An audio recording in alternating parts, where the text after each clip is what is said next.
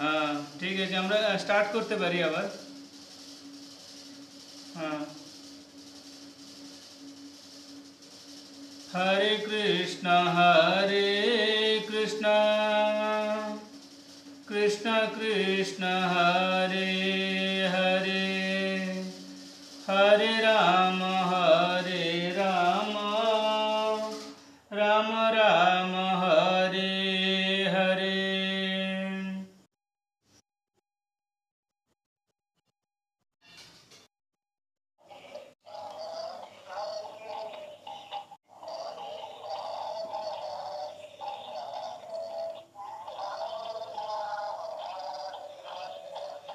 हरे कृष्ण कृष्ण कृष्ण हरे हरे, हरे राम राम राम हरे हरे।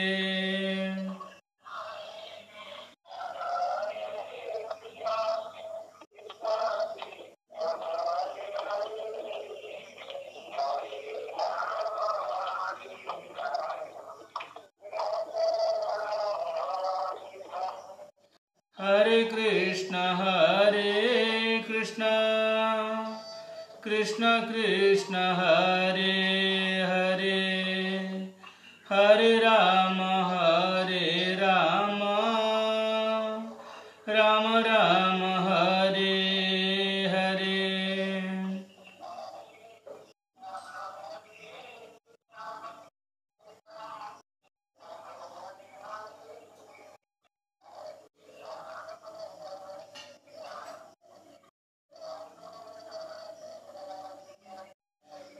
हरे कृष्ण कृष्ण कृष्ण हरे हरे, हरे राम राम राम हरे हरे।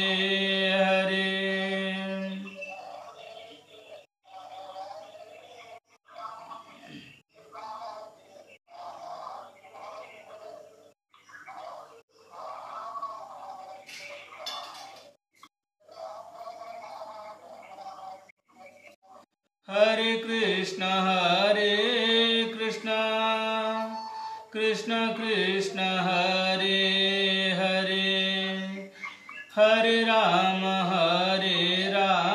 हरे राम राम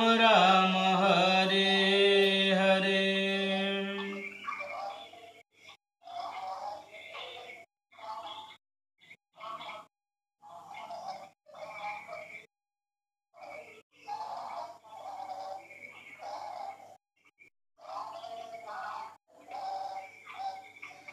हरे कृष्ण कृष्ण कृष्ण हरे हरे, हरे राम राम राम हरे हरे।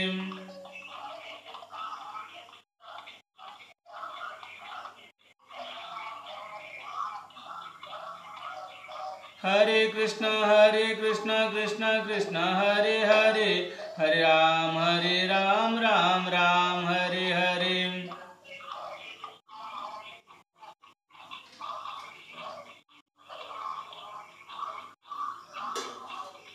हरे कृष्ण कृष्ण कृष्ण हरे हरे, हरे राम राम राम हरे हरे।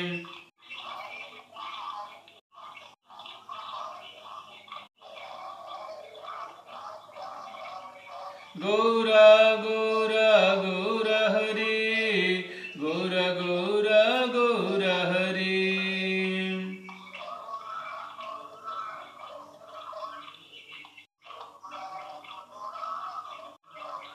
गौर गौर गौर हरि, सची मायर प्राण धन गौर हरि।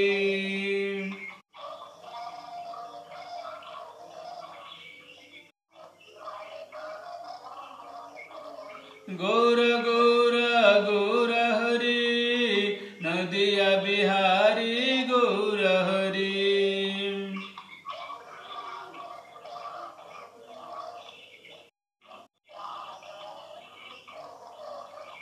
गौर गौर गौर हरि, नित्यानंद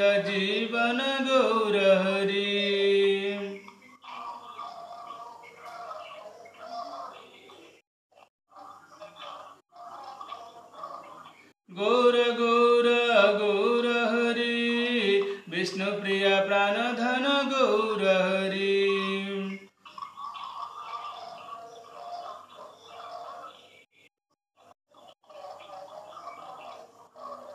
गौर गौर गौर हरि मायापुर चंद्र गौर हरि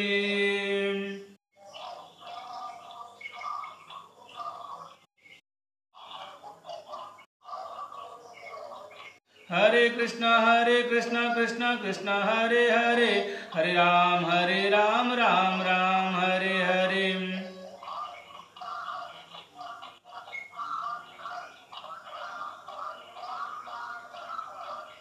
हरे कृष्णा कृष्णा कृष्णा हरे हरे हरे राम राम हरे हरे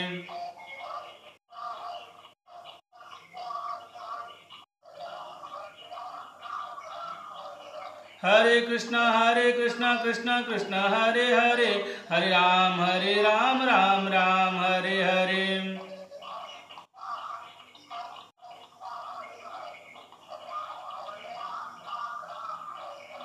जय राधा माधव राधे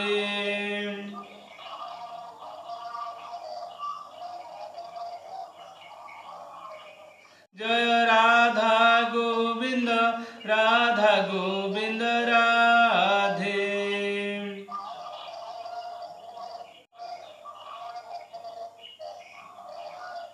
जय प्रभुपद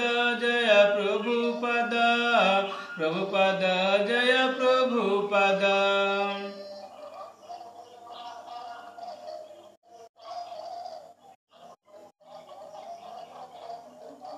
जय जय प्रभुपाद जय शिल प्रभुपाद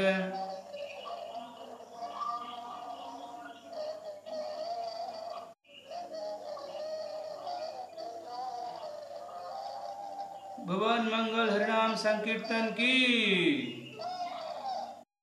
हरिनाम संकीर्तन अंश ग्रहणकारी गौर भक्त वृंद की निताय गौर सीतानाथ प्रेमानंदे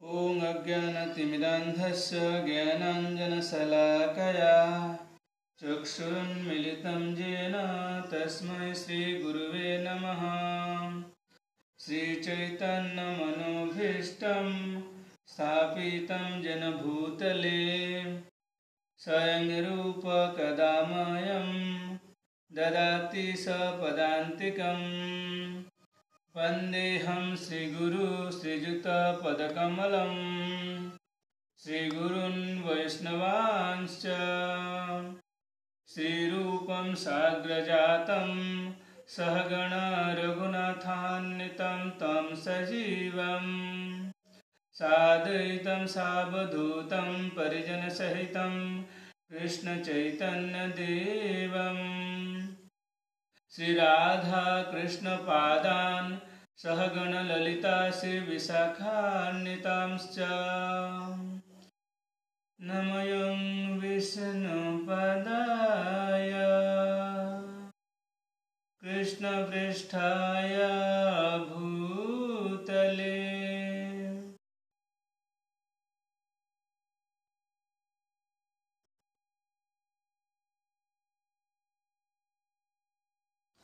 श्रीमते भक्तिवेदांत स्वामी निति नामिने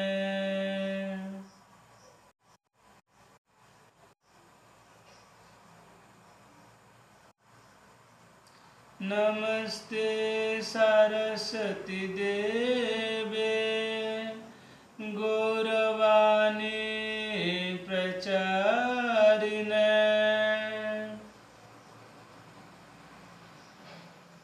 निर्विशेष शून्यवादी पाश्चात्य देशतारिणे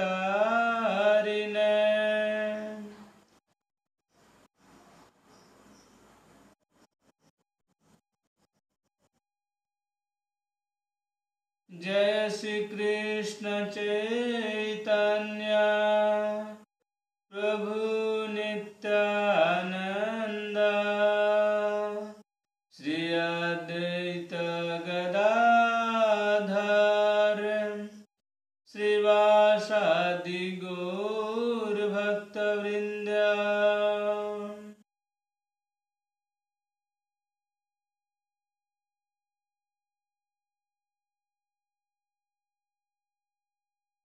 हरे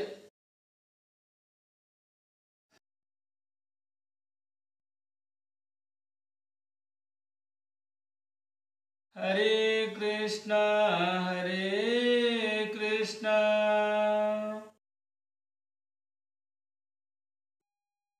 कृष्ण कृष्ण हरे हरे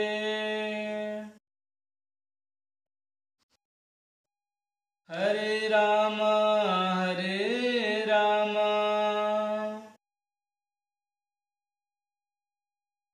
राम राम हरे हरे।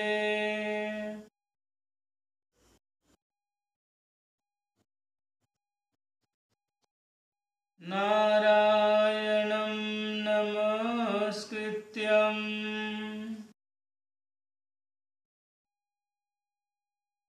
नरं चैव नरोत्तमं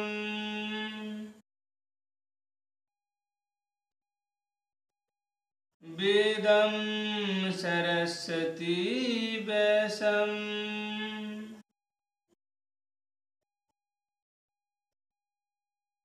ततो जयमुदीरयेत्।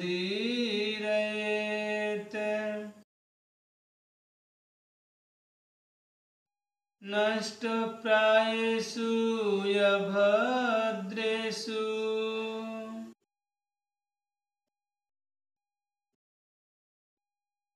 नित्यं भगवत सेवया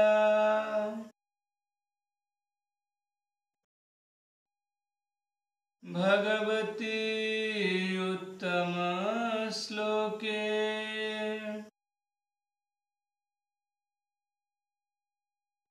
भक्तिर्भवती नैष्ठिकी।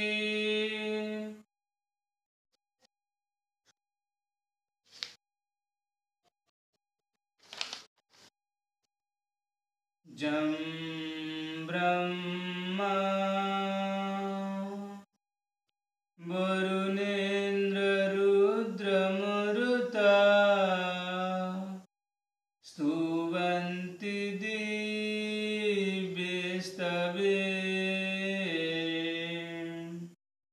वेदे साङ्गप क्रमोपनिषदे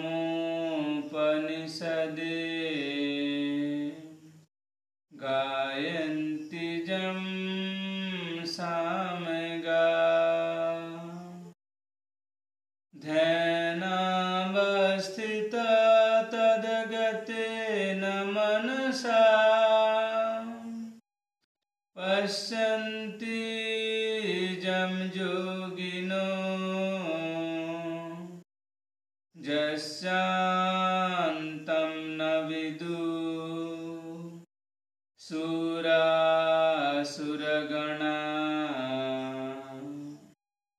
देवाय तस्मै नमः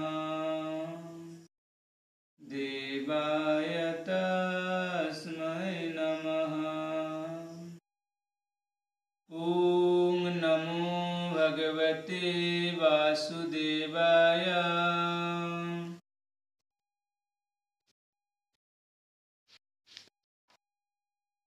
ॐ नमो भगवते वासुदेवाय।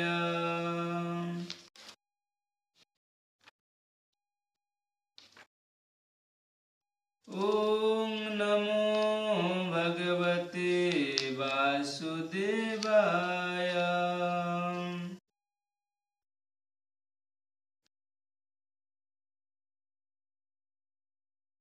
श्रीमद् भागवतम की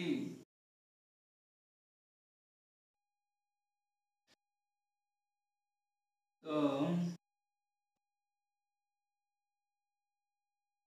আজকে আমি একটু প্রসঙ্গটা চেঞ্জ করছি, মানে ভাগবতমই থাকবে আর চৈতন্য চৈতামৃত থেকেও কিছুটা বলবো, মানে প্রসঙ্গটা আমি একটু চেঞ্জ করছি।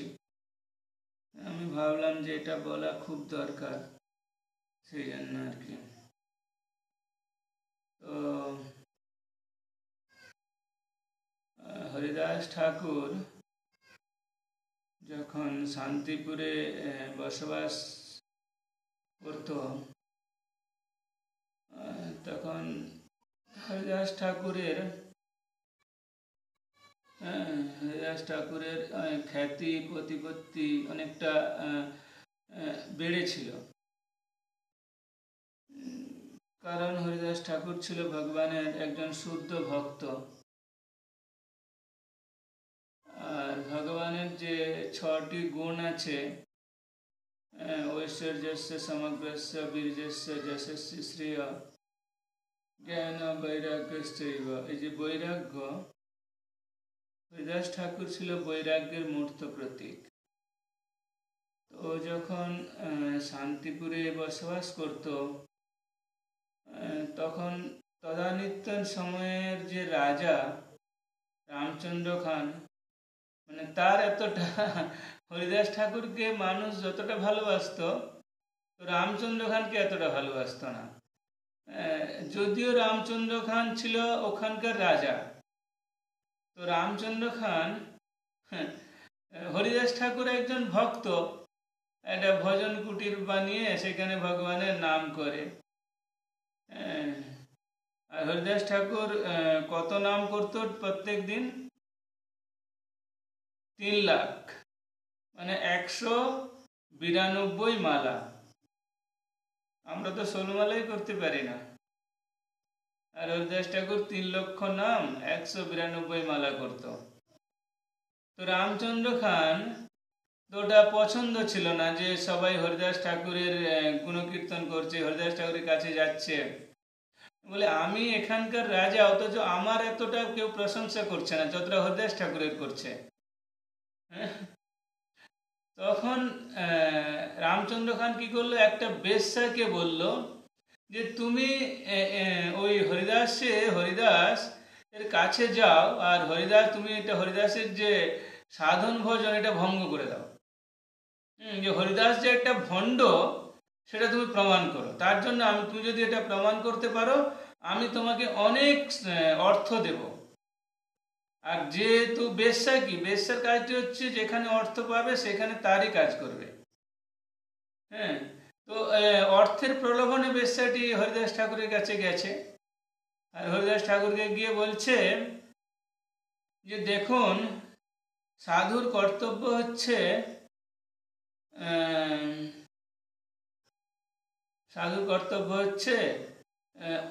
যারা দিন দুঃখী, যাচক ভিখারি, তাদের উপর করুণা, সবাইকে করুণা করা। তো আজকে আমিও আপনার কাছে যাচক হিসাবে এসছি, তো আপনি আমার আশা পূরণ করুন। হরিদাস ঠাকুর বলছে বলো তুমি কি জন্য কি চাইছো? তো ওই ব্যবসাটি বলছে আমি আপনার সঙ্গ পেতে চাই। তো হরিদাস ঠাকুর বললে ঠিক আছে, তুমি যা চাইছো আমি তোমাকে তাই দেব, কিন্তু আমার একটা আমি যেই হরিনাম করছি তার একটা নির্দিষ্ট সংখ্যা আছে, তো ওই সংখ্যাটি আমার যতক্ষণ না পূরণ হয় ততক্ষণ পর্যন্ত তোমাকে একটু অপেক্ষা করতে হবে। তো বেশ্যাটি বললো ঠিক আছে, কোনো অসুবিধা নেই। তো হরিদাস ঠাকুর কন্টিনিউ, হরে কৃষ্ণ কৃষ্ণ কৃষ্ণ হরে হরে, হরে রাম রাম রাম হরে হরে জপ করেই যাচ্ছে, আর জপ আর থামছে না। আর বেশ্যাটিও ওইখানে দাঁড়িয়ে দাঁড়িয়ে তার জপ শুনছে। তো এইভাবে শুনতে শুনতে যখন ভোর হওয়ার উপক্রম হয়ে গেছে, তখন সবাই লোক টোক চলে আসবে, তো বেশ্যাটি ওখান থেকে চলে গেছে। তো তার পরের দিন আবার বেশ্যাটি এসছে, এসে বলছে যে দেখুন, কালকে আপনি আমাকে নিরাশ করেছেন, কিন্তু আপনি আজকে আমাকে, আমি আশা করছি আজকে আপনি আমাকে নিরাশ করবেন না। হরিদাস ঠাকুর বলছেন, না আমি নিরাশ করব না। তো আমি ওই যে সংখ্যা আছে যে নামের মালার, যেটা আমি স্থির করেছি যে আমি ওই পর্যন্ত প্রত্যেক দিন নাম জপ করব, ওইটা আমার পূরণ হয়ে গেলে আমি তোমাকে সঙ্গ প্রদান করব। তো বেশ্যাটি বলছে ঠিক আছে। তো বেশ্যাটি আবার দাঁড়িয়ে হরিদাস ঠাকুরের জন্য প্রতীক্ষা করা শুরু করছে। আর হরিদাস ঠাকুর হরে কৃষ্ণা হরে কৃষ্ণা কৃষ্ণা কৃষ্ণা হরে হরে, হরে রাম রাম রাম হরে হরে জপ করেই যাচ্ছে। জপ করতে করতে যখন আবার ভোর হওয়ার উপক্রম হয়েছে, লোকজন সব চলে আসবে, তখন বেশ্যাটি আবার চলে গেছে। তো এইভাবে 3 দিনের দিন 3 দিন বেশ্যাটি হরিদাস ঠাকুরের কাছে দাঁড়িয়ে নিরন্তর হরিনাম শ্রবণ করেছে। 3 দিনের পরে তার হৃদয়ে পরিবর্তন এসছে যে আমি কি করতে যাচ্ছি। যে মানুষটি আমাকে নিরাশ করছে না, অথচ তার নির্দিষ্ট একটা যে সংখ্যা আছে নামের, সেই নাম পূরণ না হলে আমাকে সঙ্গও দিচ্ছে না। তো আমি এরকম একটা মানুষের ক্ষতি করতে যাচ্ছি। তো তার মধ্যে একটা অনুশোচনা এসছে, একটা তাপ এসছে। তো তার ফলে সে হরিদাস ঠাকুরের কাছে এসছে। হরিদাস ঠাকুরের কাছে এসে বলছে যে দেখুন, আমি আপনি যে হরিনামটি করছেন আমি এটা করতে চাই। হরিদাস ঠাকুর বলল, বেশ আচ্ছা, খুব ভালো, তুমি করতে পারো। তো বলছে আপনি আমাকে তাহলে দীক্ষা দিন। হরিদাস ঠাকুর বলছে ঠিক আছে, আমি তোমাকে দীক্ষা দেব, তার আগে তুমি এক কাজ করো, তুমি আজকে বাড়ি যাও, আর বাড়ি গিয়ে তুমি সারা জীবন যে সমস্ত ধন সম্পত্তি সঞ্চয় করেছ, সঞ্চিত করেছ, সেগুলো সব ব্রাহ্মণ ভিখারিদের বিলিয়ে দাও। বিলিয়ে দিয়ে গঙ্গায় স্নান করে নতুন বস্ত্র পরে তুমি আমার কাছে এসো। তো তারপরের দিন বেশ্যাটি সব যা কিছু সম্পত্তি ছিল, টাকা পয়সা ধন দৌলত সোনা দানা সব, ওখানকার সমস্ত নদীয়ার ভিখারি আর ব্রাহ্মণদের দিয়ে দিয়েছে। আর হরিদাস ঠাকুরের কাছে নিঃস্ব অবস্থায় এসছে। তো হরিদাস ঠাকুর তাকে দীক্ষা দিয়েছে। আর তার নামটি কি হয়েছে, যে বেশ্যাটির নাম, যে যে ছিল অন্তত পতিত, সে তাকে হরিদাস ঠাকুর নাম দিয়ে দিল তুলসী। তো হরিদাস ঠাকুর একটা নির্দিষ্ট সংখ্যা নাম করত, যে সংখ্যাটি আমরা ভোগ্য বস্তু যদি আমরা সামনে পাই, বিশেষ করে যখন শাস্ত্রে বলছে যে এটা একটা মৈথুনাগার, তো আমরা ভোগ করতে এসছি, ভোগ্য বস্তু আমার সামনে দাঁড়িয়ে আছে, অপেক্ষা করে আছে। তো আমরা কি করি, সব কিছু থাক বাবা, ভগবান কৃষ্ণ পরে হবে, আগে তো আমি যেটা পেয়েছি সেটা নিয়ে নিই, নাহলে আবার অন্য কেউ এসে নিয়ে নেবে। আর ওই বেশ্যাটিকে হরিদাস ঠাকুর বলছে যে আমি তোমাকে সঙ্গ প্রদান করব, কিন্তু আমার নির্দিষ্ট সংখ্যার নাম করতে হবে। তো আমরা যখন জপ করছি, কেউ 2 মালা করছি, কেউ 4 মালা করছি, কেউ 8 মালা করছি, কেউ 16 মালা করছি। তো প্রভুপাদ বলছেন 16 মালার নিচে জপ করা যাবে না। তো যারা 2 মালা 4 মালা করছেন, তারা এখন শুরুতে 2 মালা 4 মালা করুন, কিন্তু কি হবে, হরিদাস ঠাকুরের মতো হতে হবে, যে আমি সারাদিনে 4 মালা করছি, আমি ওই সারাদিনে 4 মালাই করব, যতক্ষণ পর্যন্ত আমার 4 মালা কমপ্লিট না হয় ততক্ষণ মানে খাওয়া দাওয়া ঘুম সব বন্ধ করে দিতে হবে। এক ভক্ত প্রভুপাদের কাছে, প্রভুপাদ মায়াপুরে ছিলেন, তো একজন ভক্ত প্রভুপাদকে এসে বলছে যে প্রভুপাদ, আমি জব করতে পারছি না, আমার খুব অসুবিধা হচ্ছে, অনেক সেবা। প্রভুপাদ বলছে তুমি খাওয়া ছেড়ে দাও, ঘুমানো ছেড়ে দাও, কিন্তু তুমি 16 মালা জপ করো। আমাদের একটা যে আমরা যে নির্দিষ্ট যে জব করছি 2 মালা 4 মালা, আমি ওইটাই করব প্রত্যেক দিন, মানে তার নিচে করব না। তার উপরে করতে পারলে কীর্তনীয় সদাহরি, তার উপরে করতে পারলে কোনো অসুবিধা নেই, কিন্তু আমি যে সংখ্যাটি ধরেছি তার নিচে আমরা করব না।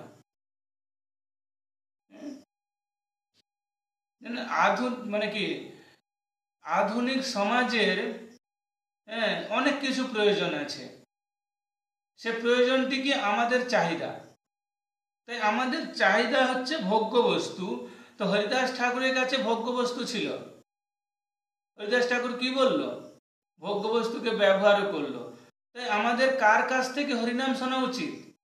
হরিদাস ঠাকুর একজন শুদ্ধ ভক্ত ছিল, আর সেই শুদ্ধ ভক্তের কাছ থেকে হরিনাম শ্রবণ করে একটি বারাঙ্গনা সে শুদ্ধ ভক্তে পরিণত হলো।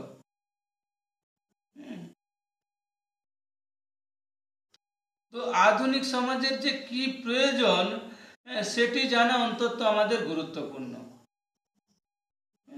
তো সে প্রয়োজনটি কি আধুনিক সমাজের?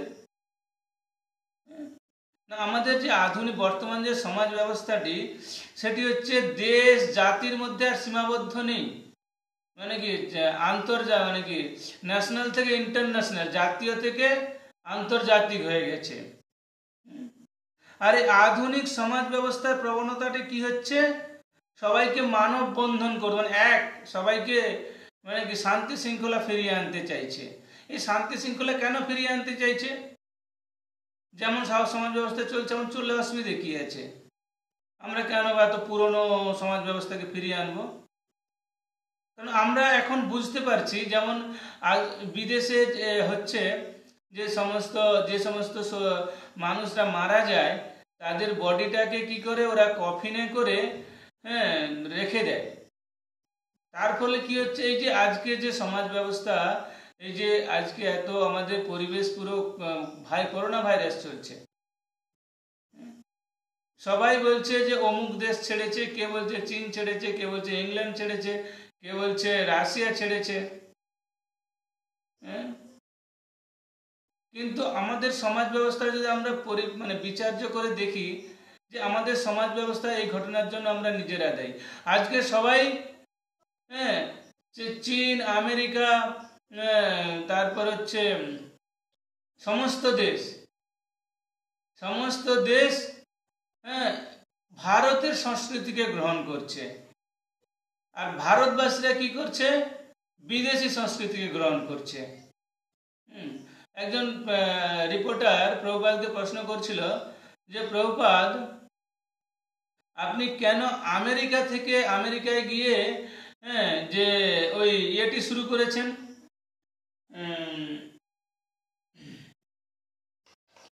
এই কৃষ্ণ ভাবনামৃত আন্দোলনটি শুরু করেছেন? তো তখন প্রভুপাদ বলছে যে এই কৃষ্ণ ভাবনামৃত আন্দোলনটি এই জন্য আমেরিকা থেকে শুরু করেছি, কারণ হচ্ছে আমাদের ভারতীয় লোকেরা আমেরিকাকে দেখে শেখে।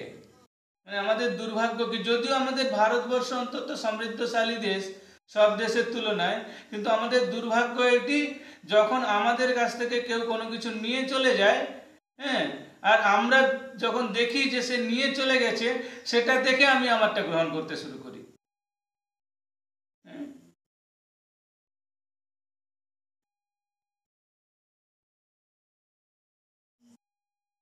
আজকে সমস্ত বিদেশের স্কুল কলেজগুলোতে ভগবদ গীতা পড়ানো হচ্ছে, আর আমাদের ভারতবাসীদের তাকে গ্রহণ করছে না, তার থেকে দূরে সরে যাচ্ছে। তো ভাগবতমে বলছে, কর্মারম চরেত প্রাজ্ঞা ধর্মান ভগবতান ইহ দুর্লভম মনুষ্য জন্ম তদপ্যধ্রুবম অর্থদম। দুর্লভ মনুষ্য জন্ম, প্রাজ্ঞ, সৃষ্টির যে মূল উৎস, সে সৃষ্টির মূল উৎসের মধ্যে যা কিছু ভগবান সৃষ্টি করেছে, তার মধ্যে সবচেয়ে উত্তম শরীর হচ্ছে এই মানব শরীর। কেন উত্তম? না, এই শরীরের মধ্য দিয়ে আমরা ভৌতিক বন্ধন থেকে মুক্তি লাভ করে আধ্যাত্মিক স্তরে স্থিত হতে পারি। এবং আর কি করতে পারি? আমি সেটা কর্মের মাধ্যমে করতে পারি। আমি এমনি বসে বসে খাবো, কোনো কাজ করব না, এটা নয়। উপদেশামৃতে বলা আছে, হ্যাঁ, ভুঙ্গতে ভোজয়তে চৈব, তুমি ভিখারিকে খাওয়া মানে যে ক্ষুধার্ত তাকে খাওয়াবে কি খাওয়াবে না, তুমি নিজে খাবে কি খাবে না, সেই সিদ্ধান্তটি তোমার। তো প্রভুপাদ বলতেন যে তুমি শরীর লাভ করেছ, হ্যাঁ, তোমাকে কিছু খেতে হবে, তাই না? আমরা শরীর লাভ করেছি, আমরা না খেলে কি করে আমাদের শরীরটা চলবে? হ্যাঁ, তোমাকে তোমাকে নিজেকে ওটা ওই উৎপাদন করতে হবে, তোমার নিজের খাবারটা তোমাকে নিজেকে উৎপাদন করতে হবে, হ্যাঁ, নিজের বস্ত্রটা নিজেকে উৎপাদন করতে হবে, হ্যাঁ, বিলাসিতায় সময় নষ্ট করা যাবে না। দেখুন, প্রভুপাদ 40 টাকা নিয়ে আমেরিকায় গেছে, আজকে প্রভুপাদ পুরো এই ভূলোকের মালিক, আর ওই 40 টাকা বেঁচে এসেছিল কলকাতার একজন ঘোড়সাওয়ারিকে দিয়ে দিয়েছে। তার ফর্মুলাটি কি ছিল প্রভুপাদের? যে আমি একটি শরীর লাভ করেছি, হ্যাঁ, সুতরাং আমাকে কিছু খেতে হবে, আর খাওয়ার জন্য আমাকে কর্ম করতে হবে। তো আমি যেটা খাবো সেটা আমি নিজে উৎপাদন করব, নিজে সৃষ্টি করব, সে আমার খাদ্য হোক, বস্ত্র হোক, যাই হোক। আমি বিলাসিতায় সময় নষ্ট করব। বিলাসিতায় কারা সময় নষ্ট করে? হ্যাঁ, যারা মূর্খ, মূঢ়, অজ্ঞা। এখন অনেকে হাই কোয়ালিফাইড শিক্ষক মানে ইয়ে আছে, শিক্ষিত ব্যক্তি আছে সমাজে, তাদের জ্ঞানটি কিরকম হয়েছে? মায়া অপহৃত জ্ঞান, তাদের জ্ঞানটি মায়া অপহরণ করে নিয়েছে। তো বর্তমান সমাজে প্রহ্লাদ মহারাজ কি বলছে? বলে এই যে নীতি শিক্ষাটা, কৌর্মারম আচরেত প্রাজ্ঞ ধর্মান, এটা কৌর্মারম মানে একদম শৈশব, বাল্য অবস্থা থেকে এই শিক্ষা লাভটি আমাদের দেওয়া, এই শিক্ষাটি গ্রহণ করা উচিত। যখন প্রহ্লাদ মহারাজ ছোট ছিল, যখন স্কুলে পড়তো, হ্যাঁ, তো প্রহ্লাদ যখন স্কুলে অনেক সময় কি হয়, টিচার আসে না, তারপরে কিছুটা টিফিনের ইয়ে থাকে, ছুটি থাকে, সময় থাকে, তো প্রহ্লাদ কি করতো? ওই প্রহ্লাদ অসুর কুলে জন্ম হয়েছে, আবার ওই বর্তমানে ওই রকম অসুর কেউ নেই যে না তার নিজের ছেলেকে আগুনে পুড়িয়ে দেবে, তারপরে গরম তেলে ছেড়ে দেবে, পাহাড়ের উপর থেকে ফেলে দেবে, হ্যাঁ, হাতির পায়ের নিচে চাপা দিয়ে দেবে। এখন এরকম কেউ নেই বাবা মা। এখনকার দিনে বাবা মাটা কি করে? আমার সন্তান, আমার সন্তান, আমার সন্তান যেন থাকে দুধে ভাতে, হ্যাঁ, আমার সন্তানটি যেন দুধে ভাতে থাকে, আর সব বিষ ভাতে থাকুক, আমার সন্তানটি যেন দুধে ভাতে থাকে। তো প্রহ্লাদ মহারাজ যখন স্কুলে পড়তো, সমস্ত ছাত্রছাত্রীদের বলতো, হ্যাঁ, যে হে বন্ধুরা, তোমরা এসো, আমরা ভগবত ভজন করি। ওইটুকু ছোট ছোট ছেলেরা কি বলবে তখন? ওই যেমন আমরা বলি যে এখন যে আমরা খেলার সময়, এখন পড়ার সময়, এসব কেন করবো ভগবত ভজন? তো প্রহ্লাদ মহারাজ বলতো যে দেখো, এইটা হচ্ছে সবচেয়ে উত্তম খেলা, উত্তম পড়াশোনা। আমি যদি এই খেলা, এই পড়াশোনাটি শিখি, তাহলে সমস্ত খেলা, সমস্ত পড়াশোনা মানে কি আপনা হতে শিখে যাব। যেমন চৈতন্য চৈতামৃতে বলছে, অহম ভক্ত ভক্ত মোর প্রাণ মুই ভক্তের অধীন। আমি, ভগবান বলছে যে আমি ভক্ত আমার প্রাণ, হ্যাঁ, আর আমি ভক্তের অধীনে থাকি। কেন বলছে ভক্তের অধীনে থাকি? না, ভক্তই একমাত্র ভগবত্তা প্রকাশ করতে পারে ভগবানের।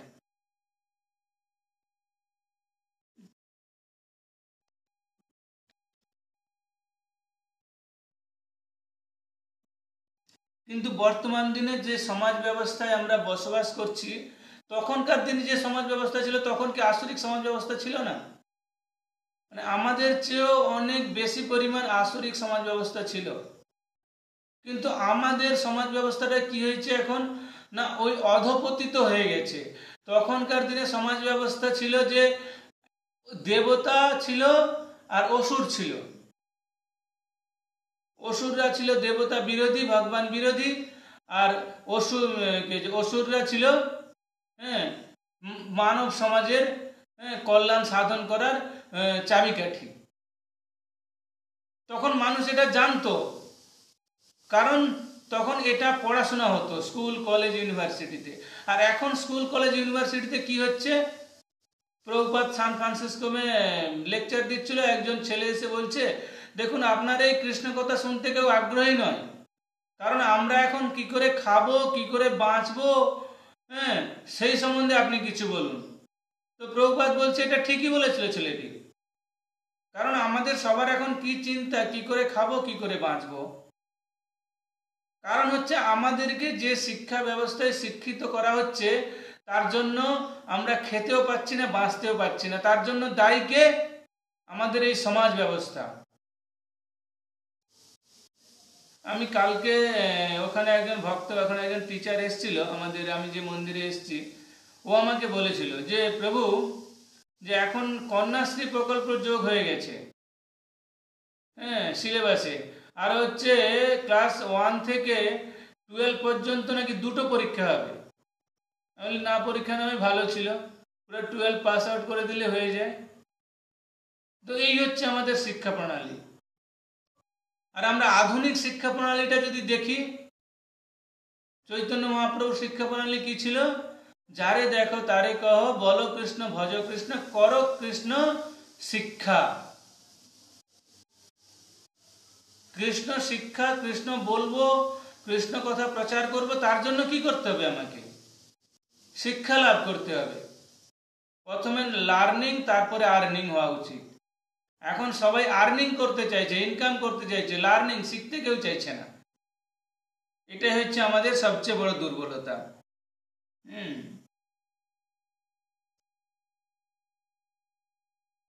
আর বর্তমান দিনে সমাজ ব্যবস্থায় যে প্রশাসন কি, প্রশাসনের দায়িত্ব কি? এখনকার প্রশাসন, প্রশাসন নাম শুনলেই মানুষ ভয়ে পালিয়ে যায়। যারা প্রশাসনের কথার অর্থটি হচ্ছে যারা ভালো হবে এবং অন্যকে পরিচালিত করতে পারবে, হ্যাঁ, এবং অন্যকে সুরক্ষা প্রদান করতে পারবে, তারাই প্রশাসনিক হওয়ার যোগ্যতা রাখে। এখন তো প্রশাসনিক ব্যবস্থায় যারা আছে হ্যাঁ তাদেরকে আরেকটা শ্রেণী দাবিয়ে দিচ্ছে। সরকারের কর্তব্য হচ্ছে যাতে আমাদের সমাজ ব্যবস্থায় কেউ বেকার না থাকে, সেটি দেখা। মূল উদ্দেশ্য হচ্ছে যে সমাজকে নিখুঁতভাবে ঠিক রাখা, সমাজকে নিখুঁতভাবে ঠিক রাখা, এটি হচ্ছে মূল উদ্দেশ্য।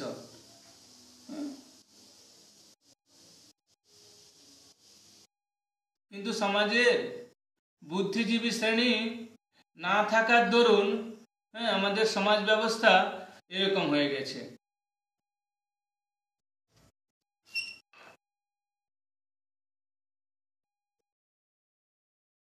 ভগবান বলছে যে মদ ভক্ত দুর্লভ, যস্য এব মম দুর্লভ, তৎপর দুর্লভ নাস্তি সত্যম সত্যম ধনঞ্জয়। হে ধনঞ্জয়, আমার ভক্ত অন্তত দুর্লভ। সে দুর্লভ কেন? ভক্তটি দুর্লভ কেন? ভগবানের ভক্ত দুর্লভ কেন? ভগবদ গীতায় কি লিখছে? বাসুদেব স মহাত্মা সদুর্লভ। বাসুদেবকে জানা জন্ম কর্ম চমে দিব্যম যো বেত্বি তৎপত। ভগবানের জন্ম কর্ম, ভগবানকে জানা অন্তত কষ্ট। এখানে কি বলছে? যে মদ ভক্ত, আমার ভক্ত অন্তত দুর্লভ। এবং কি আমার ভক্তকে বোঝাও, যেহেতু ভগবানকে দুর্লভ আর ভগবানের ভক্ত সেও দুর্লভ, সুতরাং তৎপর দুর্লভ নাস্তি। তাকে নাস্তিকেরা, ভগবানের অন্যান্য নাস্তিক যারা ভগবানকে বিশ্বাস করে না, সেই ভক্তকে বুঝতে পারবে না।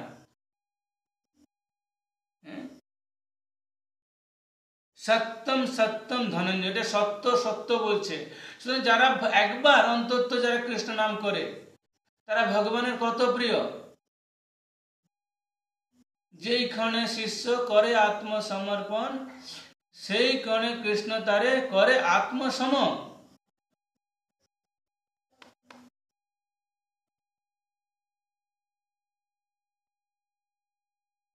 যখনই আমি কেউ কৃষ্ণের কাছে আত্মসমর্পণ করে, হ্যাঁ, তখন কৃষ্ণ তাকে নিজের করে নেয়। অহম ভক্ত পরাধীন, আমি আমার ভক্তের অধীনে থাকি। হ্যাঁ, কিন্তু আমরা এটা বুঝতে পারি না। আমরা কি করি, যদি প্রভু বলেছে চারমালা জপ করতে, ঠিক আছে আমি চারমালা জপ করব। ভগবান একবার যদি কেউ ভগবানের নাম নেয়, হ্যাঁ, তো ভগবান তাকে কি করে নিজের করে নেয়। হ্যাঁ, এক কৃষ্ণ নাম যত পাপ হরে, কোনো পাপীর সাধ্য নাই তত পাপ করে। কিন্তু আমরা আর কি করব, কোনো ভাগ্যে কারুর সংসার ক্ষয়োন্মুখ হয়।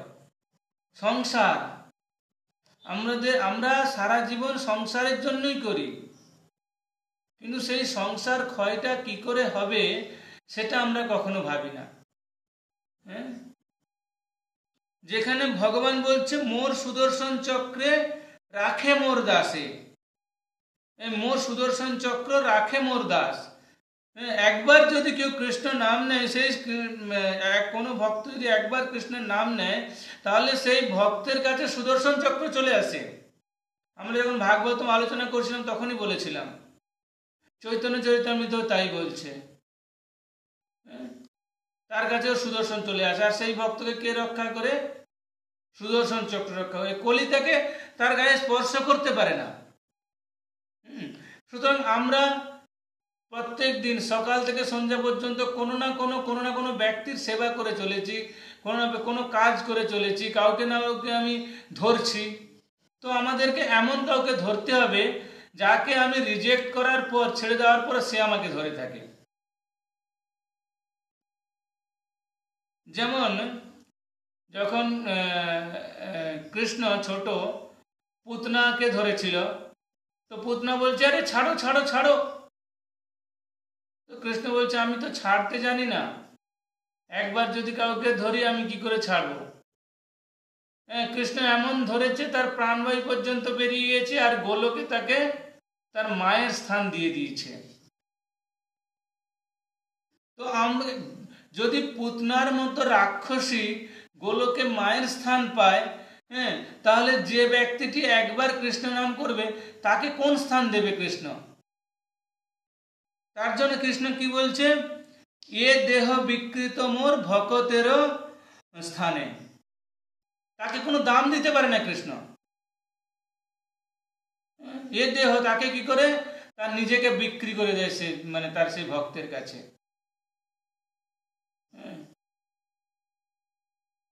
কিন্তু আমাদের বর্তমান সমাজ ব্যবস্থার দরুন আমরা যদি সমাজ ব্যবস্থা আলোচনা করে দেখি, এই যে আমরা যদি ভগবান কৃষ্ণের বিরাট রূপ আলোচনা করি, হ্যাঁ, ভগবানের বিরাট রূপটি কিরকম ছিল? ভগবানের বিরাট রূপ ভাগবতম আমি যখন পড়বো আপনাদেরকে বলবো না, ভগবানের যে এই যে মুখ, বিরাট রূপ মুখ, এই মুখটি হচ্ছে ব্রাহ্মণ বর্তমান মানে কি সমাজ ব্যবস্থায়।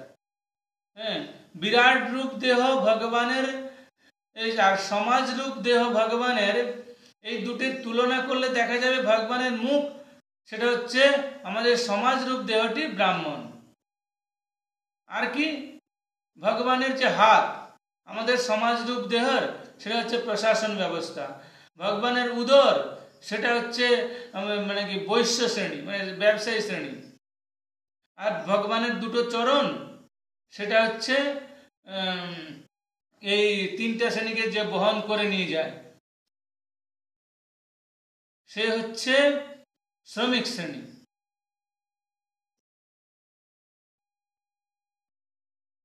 বসো এখানে এসে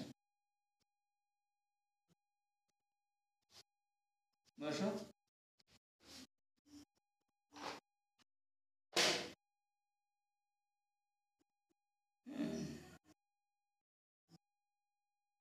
আনিয়া প্রেমের বন্যা জগত করিল ধন্যা। তো সেই যে নিজেকে বিক্রি করে দিচ্ছে তার ভক্তের কাছে, সেই যে কি কারণে বিক্রি করছে? প্রেমেরও বন্যা, হ্যাঁ, প্রেমের জন্য ভগবানের মানে ভক্তের প্রেমের কাছে ভগবান নিজেকে বিক্রি করে দিচ্ছে। নারদ মুনি হ্যাঁ একবার কামদেবকে জয় করে নিয়েছে। নারদ মুনি ভেবেছে আমি কামদেবকে জয় করে নিয়েছি, দিয়ে শিবকে বলছে আমি কামদেব জয় করে নিয়েছি। শিব তাকে ভালো পরামর্শ দিয়েছিল যে তুমি আমাকে বলেছো নারায়ণকে বলো না। কিন্তু শিব কি তার কথা শুনে, নারদ তার কথা শুনেছিল?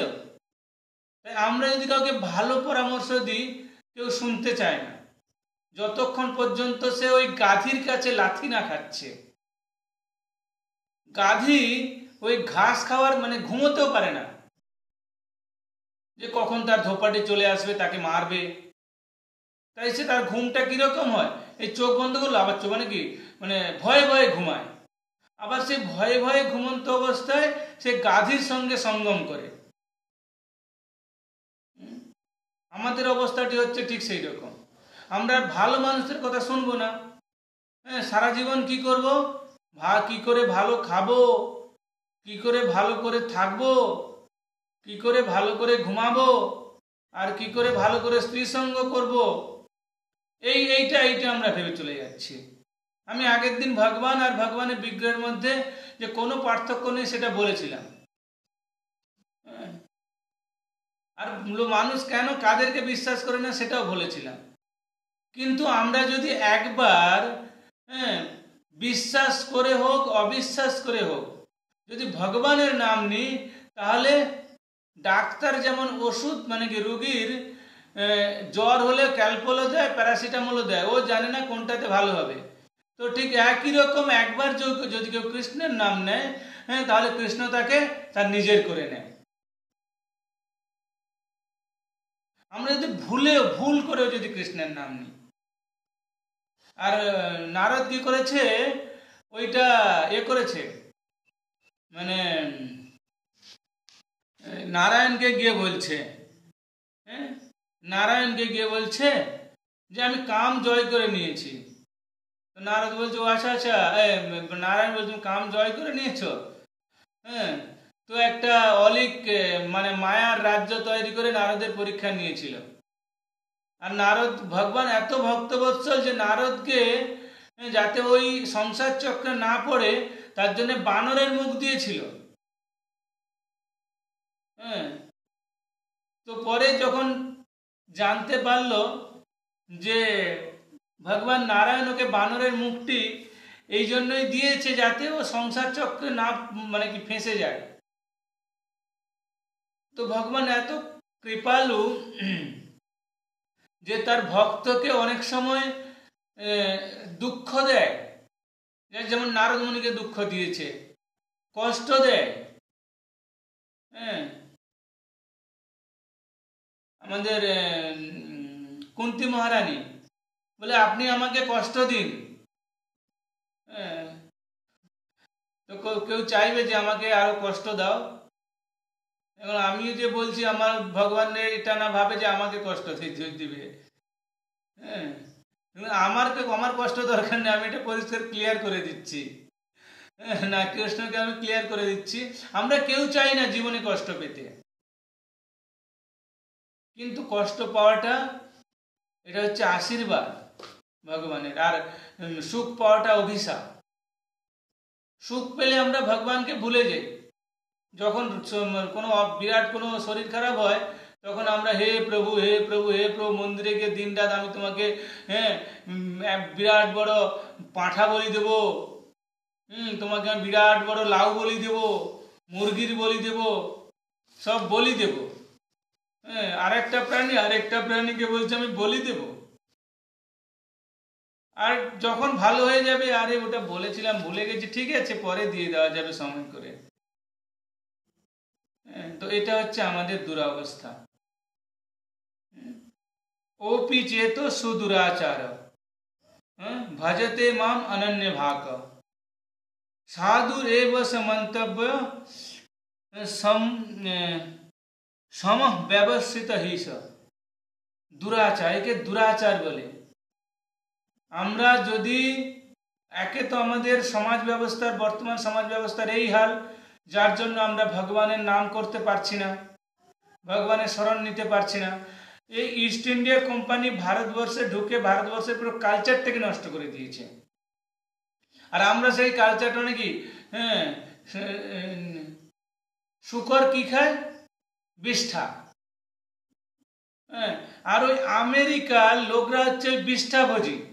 আমেরিকাতে যান, না আছে কোনো বাবা মা, না আছে কোনো ছেলে মেয়ে, না আছে কোনো স্বামী স্ত্রীর সম্পর্ক, কোনো সম্পর্ক নেই। যেমন এটা আমাদের বর্তমানে দেখুন, ধর্ম আমাদের একটাই, সেটা হচ্ছে সনাতন ধর্ম।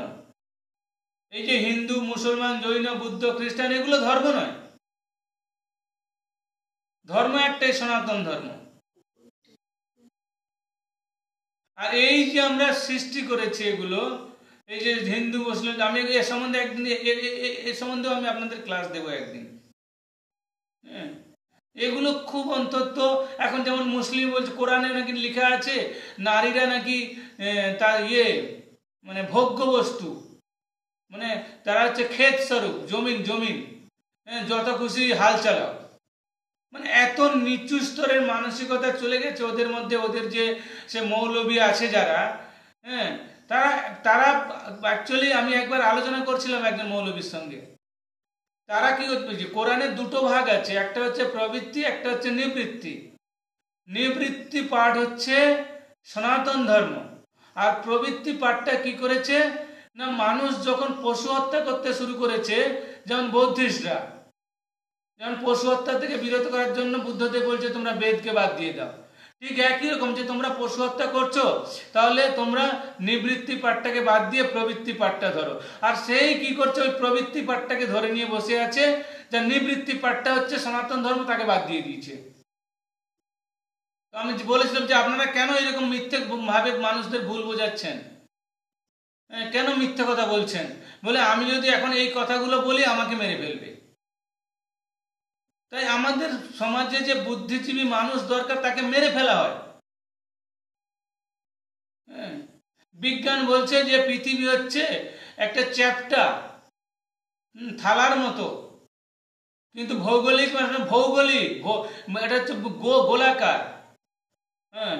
আর এটা যে গ্যালিলিও বলেছে, তাকে পুড়িয়ে মেরে ফেলেছে।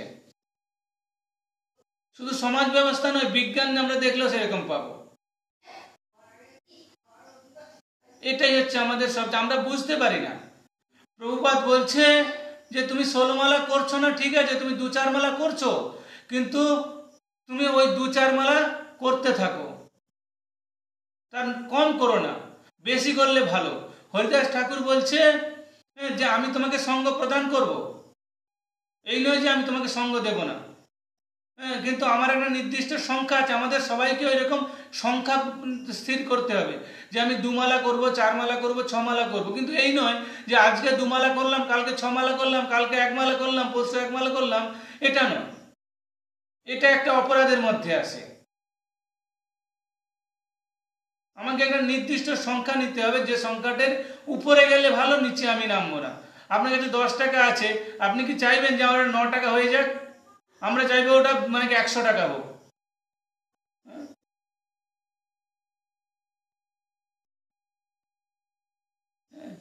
ভজতে মাম অনন্য ভাগ, যে আমার অনন্য রূপে, অনন্য ভাবে আমাকে আমার ভজনা করো। যদি অনন্য ভাবে আমার ভজনা করো, তাহলে কি হবে? বলি মহারাজ সর্বস্ব মানে কি, সর্বস্ব তোমারও চরণে সঁপিয়া, বলি মহারাজ সর্বস্ব ভগবানের চরণে দিয়ে দিয়েছে। আর দিয়ে কি হয়েছে? সুতোর লোক পেয়ে গেছে। কিন্তু আপাত দৃষ্টিতে যখন বিষ্ণু এসে বলি মহারাজের কাছ থেকে সবকিছু চাইছে, মানে শুক্রাচার্য বুঝতে পেরেছে ও বিষ্ণু, তাই বলি মহারাজকে বাধা দিচ্ছে যে তুমি সবকিছু হারাবে, পথের ভিখারি হয়ে যাবে। হ্যাঁ, আমরা যদি এরকম হয়, সব কিছু যদি চেয়ে নেয় কেউ, মন্দিরে কোনো ভক্ত এসে যদি বলে 10 টাকা দাও, 10 টাকা দেবো, হ্যাঁ, কত কষ্ট। হ্যাঁ, প্রভুপাদ বলছে, ভাগবতম বলছে তোমার ইনকামের 50% তুমি মন্দিরে দাও, তার 50%-এর মধ্যে 25% গৃহ কার্যে চালাও, আর 25% ভবিষ্যতের জন্য তুমি সঞ্চয় করে রাখো। 50% মন্দিরে দেব। একবার প্রভুপাদ মায়াপুরে ছিলেন, কলকাতার একজন, আমি নাম বলছি না, কলকাতার একজন বিখ্যাত স্বনামধন্য ব্যবসায়ী, সোনার ব্যবসায়ী মায়াপুরে গেছে। মায়াপুরে গিয়ে প্রভুপাদকে বলছে, প্রভুপাদ আমি আপনার শিষ্য হবো, এখানে মায়াপুরে থাকবো, এটা খুব ভালো লেগেছে, আমি থাকবো। প্রভুপাদ বলছে তো ঠিক আছে, তুমি থাকো। তো ভক্তিচারু মহারাজের বলে, তুমি এই ভক্তি, এর নাম ভক্তিচারু, তুমি এর অধীনে থেকে ভক্তি করো। 2-3 দিন পরে প্রভুপাদ ভক্তিচারু মহারাজকে জিজ্ঞেস করছে, বলে আচ্ছা ওই যে লোকটি এসেছিল ও কোথায়? তো প্রভুপাদ বলছে ও তো আছে, জব করছে।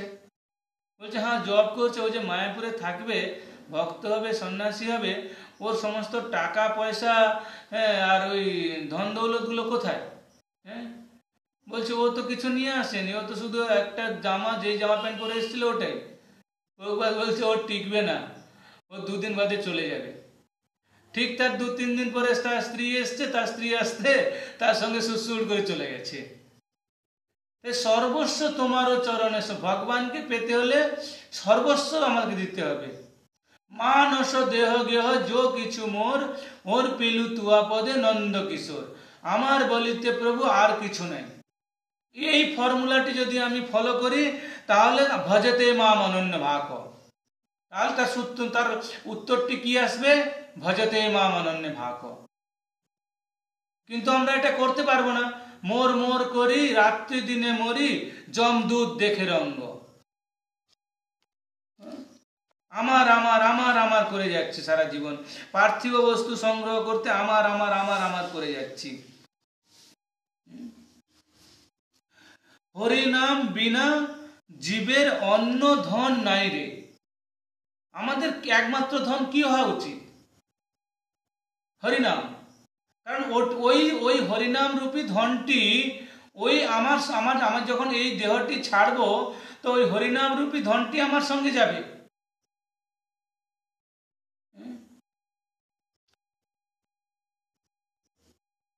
ওই গুরু নানকের একটা স্টোরি এরকম আছে যে গুরু নানক কে একটা রাজা তার বাড়িতে তাকে নিমন্ত্রণ করেছে, হ্যাঁ, তার বাড়িতে প্রসাদ পেতে, ভিক্ষা করতে। তো গুরু নানক বলছে ঠিক আছে, আমি আজকে দুপুরে আসবো। তো গুরু নানক, হ্যাঁ, ওর বাড়িতে যাওয়ার কিছুটা দূরে আগে দেখছে যে ওই রাজপ্রাসাদে অনেক রং বেরঙের পতাকা। তো গুরু নানক তার শিষ্যটিকে বলছে, আচ্ছা এই পতাকাগুলো কেন এত রং বেরঙের? তো শিষ্যটি বলছে যে এই যে রাজাটি, এই রাজাটি যে রাজ্যের ওপরে আক্রমণ করে, সেই রাজ্যটিকে জয় করে নিলে, হ্যাঁ, একটা পতাকা লাগিয়ে দেয়। আর একটি পতাকা হচ্ছে 10,000 স্বর্ণ মুদ্রার প্রতীক। আর তার রাজপ্রাসাদে অসংখ্য মানে কি পতাকা ছিল, অসংখ্য যাকে বলে, অসংখ্য না, অসংখ্য, সেই পতাকা ছিল। তাহলে সেই পতাকাটি দেখে সবাই অনুমান করতে পারতো যে রাজা কত মানে কি ধন সম্পত্তির মালিক ছিল। ঠিক আছে, গুরু নানক কিছু বলেনি। তো ওনার বাড়িতে গেছে, প্রসাদ পেয়েছে, প্রসাদ পেয়ে মানে যখন ফিরে আসবে আশ্রমে, তখন একটা সূঁচ বের করেছে। সূঁচ বের করে রাজাকে বলছে যে আপনি আমার এই সূঁচটা রাখুন, আমি পরে নেব। তো ওই রাজা বলছে যে আপনি কবে নেবেন? বলে আমি এ জন্মে তো নেব না, আমি ওই জন্মে নেব, আমি এর পরের জন্মে এটা নিয়ে নেব আপনার কাছ থেকে।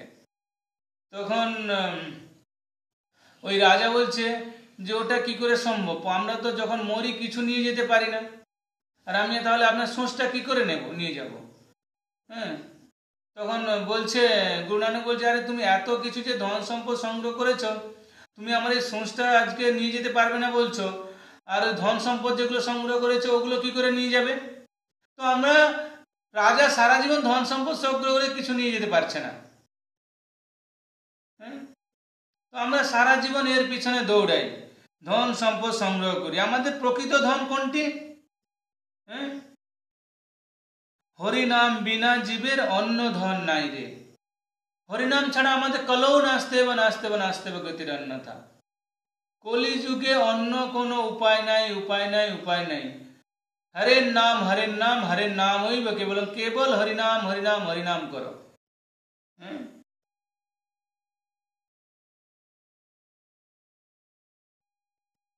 কিন্তু আমরা কোথায় থাকি? হ্যাঁ, যখন আমাদের মৃত্যুটি হয় এই শরীরের কি অবস্থা হয়?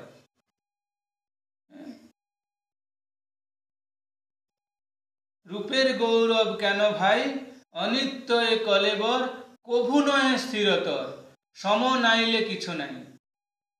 এই যে শরীরটি, এটি অনিত্য, এটি চিরদিন থাকবে না, আপনাকে মৃত্যু বরণ করতে হবে।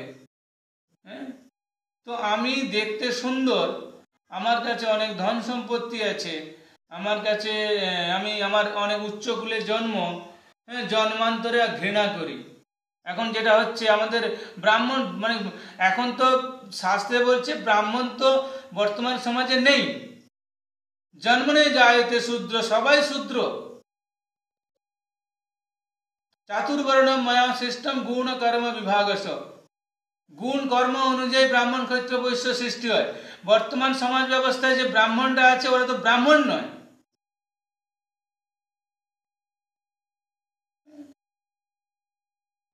কারণ ওরা নিজেদেরকে ব্রাহ্মণ কেন বলে? কারণ ওদের মধ্যে ওই জ্ঞানটুকু নাই, অজ্ঞান রূপী অন্ধকার ভরে আছে। কিন্তু আমরা বুঝতে পারি না, জানতে পারি না, কি করব আমরা? কিছু করার নেই আমাদের। আর যখন সমন আইলে কিছু নেই, যখন মৃত্যুটি, আমার মৃত্যুরূপ সমন যখন আমার কাছে আসবে, এ অঙ্গ শীতল হবে, আঁখি স্পন্দনহীন রবে। আমার শরীরটা পুরো একদম ঠান্ডা হয়ে যাবে, আর চোখটা বন্ধ হয়ে যাবে, চোখে তুলসী পাতা, নাকে তুলা দিয়ে দিবে। যে তুলসী পাতাটা আমার চোখে দিচ্ছে, সেই তুলসী পাতাটা এখন থেকে ভগবানের চরণে অর্পণ করে আমার পেতে অসুবিধা কি? যেখানে সবাই বলছে যে করোনা হয়েছে, করোনা হয়েছে, যত পারো তুলসী পাতা খাও। কেন রে বাবা? অন্য কিছু খাবার নেই নাকি? ভাত পান্তা ডাল চাল খা, মাংস আছে খা। বলছে না না, তাদের করোনা হবে না যারা মানে কি সাত্বিক আহার মানে খাদ্য গ্রহণ করছে। কেন? আমিষরা খেলে কেউ হবে কেন? এর কারণটি কি? এখনকার আমরা বলতে পারছি না, কিন্তু আমরা বলতে পারবো। আমরা যদি কেন বলতে পারবো? কারণ আমরা, শাস্ত্রে লেখা আছে যে আমরা একাদশীর, ধরুন একাদশীর 4 দিন পরে কি আসে? পূর্ণিমা। একাদশীর 4 দিন আমরা যে খাবারটা গ্রহণ করি, তার 4 দিন পরে সেই খাবারটা আমাদের ব্রেনে গিয়ে ইফেক্ট করে। তাই আমি একাদশীর দিনে যদি ওই সমস্ত গোমেদ্য ভোজন করি, তার 4 দিন পরে সেটা কোথায় গিয়ে ইফেক্ট হবে? ব্রেনে। আর আমাদের শরীরটি 75 ভাগ জল আর মানে কি 25 ভাগ অন্যান্য জিনিস দিয়ে তৈরি। হ্যাঁ, সমুদ্রে যেমন জলোচ্ছ্বাস হয়, সেমন আমাদের শরীরেও জলোচ্ছ্বাস হয়, আমরা বুঝতে পারি না। আমার শরীরটা যখন, শরীর থেকে যখন এই শরীর মানে প্রাণবায়ু রূপী আত্মা বেরিয়ে যাবে, চেতন বস্তুটি বেরিয়ে যাবে, তখন এই শরীরটি কি হবে? পুরো ঠান্ডা হয়ে যাবে।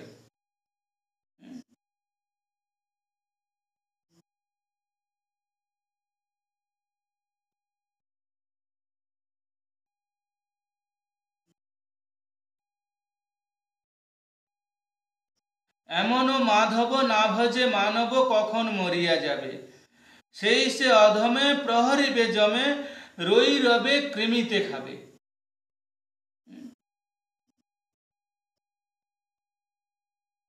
আমরা মনুষ্য জন্ম পেয়ে যদি কৃষ্ণকে জানতে না পারি, হ্যাঁ, অনন্য ভাগ, হ্যাঁ, যে মানে অনন্য রূপে কৃষ্ণের ভক্তি করতে না পারি, নিজেকে জানতে না পারি, তাহলে আমার লাভটি কি হলো? কৃষ্ণ জন্ম মনুষ্য জন্মটি লাভ করে। হুম?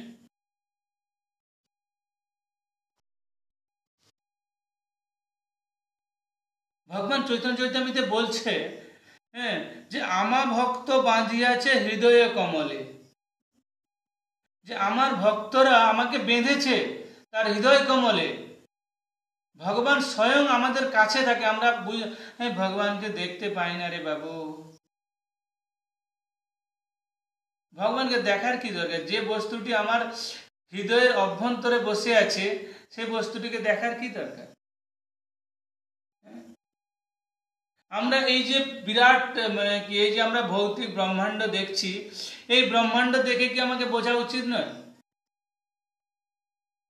যে এই যে ব্রহ্মাণ্ড, এই ব্রহ্মাণ্ডে যে বিরাট পুরুষ, ভগবানের বিরাট রূপ দেখতে আমরা আমরা যদি দেখি, অর্জুন যখন বিরাট রূপ দেখেছিল তখন কি হয়েছিল, কি বলেছিল?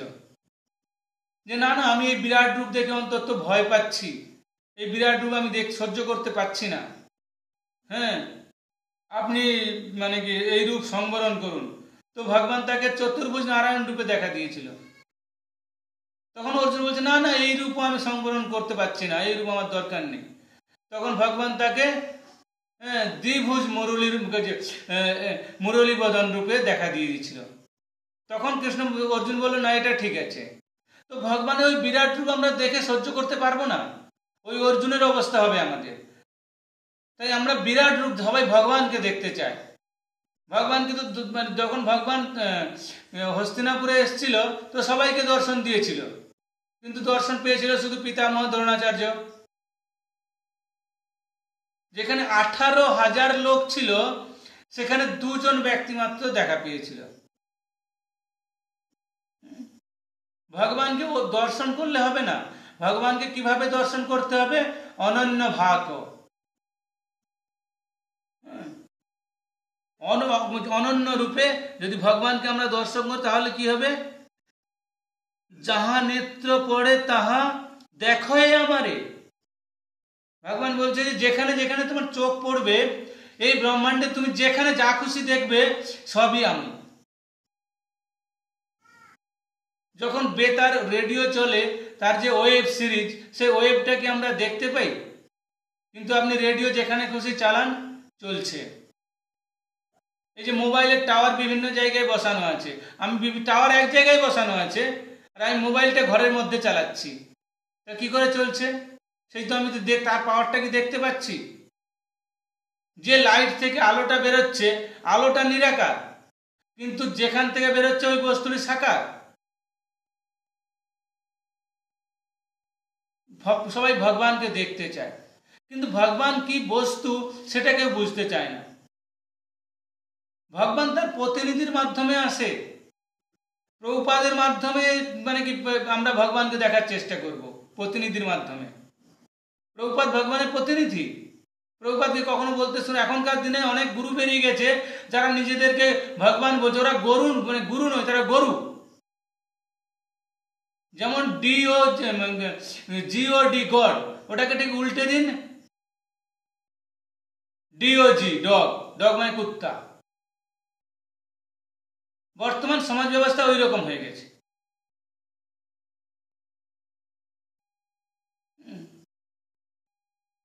সুতরাং একবার এক কৃষ্ণ নাম যত পাপ হরে, কোনো পাপীর সাধ্য নেই তত পাপ করে।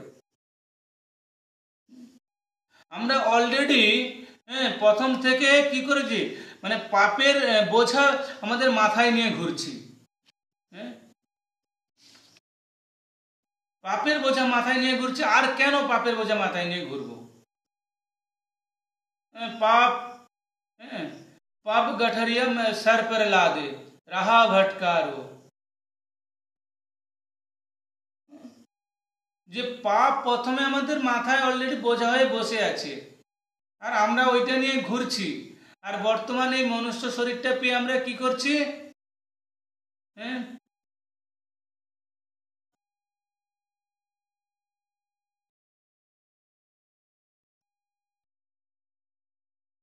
झूठ करता रहा तमाशा, बातों में बीती যায়।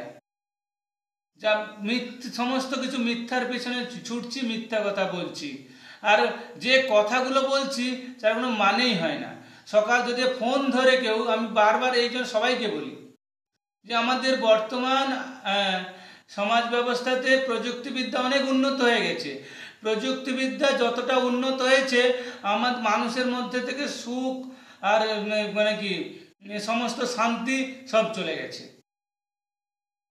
আগেকার দিনে মানুষ চিঠি লিখতো, তার সমস্ত ভাব ব্যক্ত করতো চিঠির মাধ্যমে, আর এখন ফোনে সবাই জিজ্ঞেস করছে, বাবু খেয়েছিস? হ্যাঁ, যদি না খেয়ে থাকিস হোটেলে গিয়ে খেয়ে আয়, পয়সার চিন্তা করিস না, তোর বাপ মা আছে তো। এটাই হচ্ছে আমাদের দোষ। আমরা আমাদের ছেলে মেয়েদেরকে অবাধ স্বাধীনতা দিয়ে দিয়েছি। রাবণের রাজ্যে একটা মাছি প্রবেশ করতে, যদি মাছি প্রবেশ করে, হ্যাঁ, তাতেও হ্যাঁ মানে কি ভয় পেত যে রাবণের রাজ, রাবণ রাজ, ওখানে যদি আমি ঢুকি আমার আর ওখান থেকে বেরোনোর কোনো সম্ভাবনা নেই।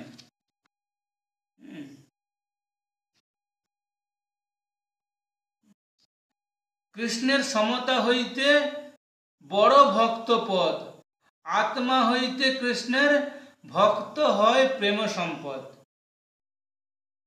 এই আমরা বলি আত্মাই সবচেয়ে বড় বস্তু, আমরা জানি এর কল্যাণের জন্য সবকিছু, কিন্তু এইটি কখন কল্যাণ মানে কি নিজের কল্যাণ সাধন হবে, আত্মার কল্যাণটি কখন হবে?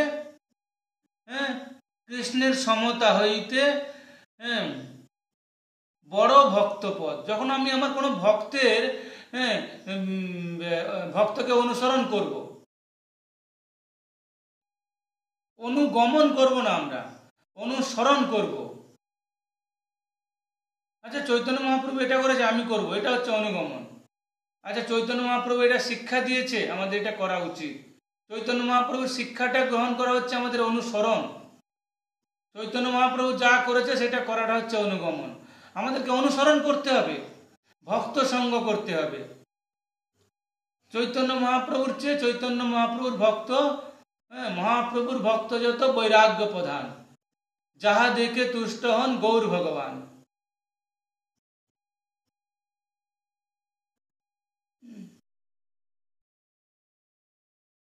সেই চৈতন্য মহাপ্রভুর পদ আমাকে অনুসরণ করতে হবে, প্রভুপাদের পদ অনুসরণ করতে হবে। আমি যদি চৈতন্য মহাপ্রভুর পদ অনুসরণ করে না করি, চৈতন্য মহাপ্রভুর ভক্তপদ অনুসরণ না করি, তাহলে কি হবে? হ্যাঁ, তাহলে আমি নিজেকে জানতে পারবো না, অথল সাগরে ডুবে যাব। তাই আপনারা যে মালা করছেন, 2 মালা 4 মালা 6 মালা নির্দিষ্ট রাখুন, তার নিচে আমি এই নিচে করব না, যা করব তার উপরে করব। হ্যাঁ, তো এটা অন্তত একটু ইয়ে করার চেষ্টা করুন, মেনটেন করার চেষ্টা করুন। হরে কৃষ্ণ কৃষ্ণ কৃষ্ণ হরে হরে, হরে রাম রাম রাম হরে হরে। কারো কোনো প্রশ্ন আছে কি?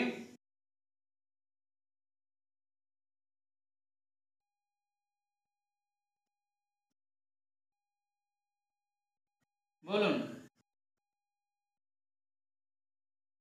হ্যাঁ, আচ্ছা, অসংখ্য অসংখ্য মানে সংখ্যাতীত, যার কোনো সংখ্যা নেই তাকে বলে অসংখ্য। আর মানে অসংখ্য বলতে যে একটা নির্দিষ্ট, যেমন অসংখ্য, যেমন হরিদাস ঠাকুর 3 লক্ষ নাম জপ করতো, প্রভুপাদ 16 নাম মালা জপ করতে বলছে, এটা হচ্ছে অসংখ্য। অসংখ্য তবু একটা নির্দিষ্ট জায়গায় গিয়ে স্থির হয়ে যাবে, কিন্তু অসংখ্য হ্যাঁ সেটা কখনো স্থির হবে না, সেটা সংখ্যাতীত, তাকে বলে অসংখ্য। বোঝা গেছে? আর কারো কোনো প্রশ্ন আছে?